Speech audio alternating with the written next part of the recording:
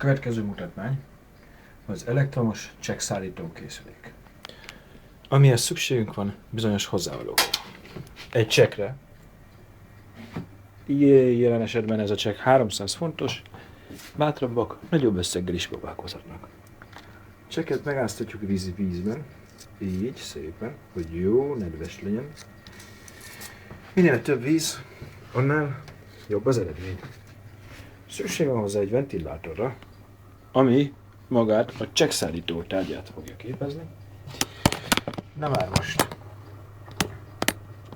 A megfelelő hatás elérésének érdekében egy gémkapoccsal a csekket lehetőleg nem túl durván hozzátűzöm a ventilátorhoz, így majd a ventilátort bekapcsolt állapotba generálom. Így a megfelelő szállító hatás elérése érdekében magasabb fokozatóra kapcsolhatunk, mert a ventilátorunk több fokozatú. Így néz ki az elektromos csekkszállító, egyszerű, gyors és könnyen kezelhető.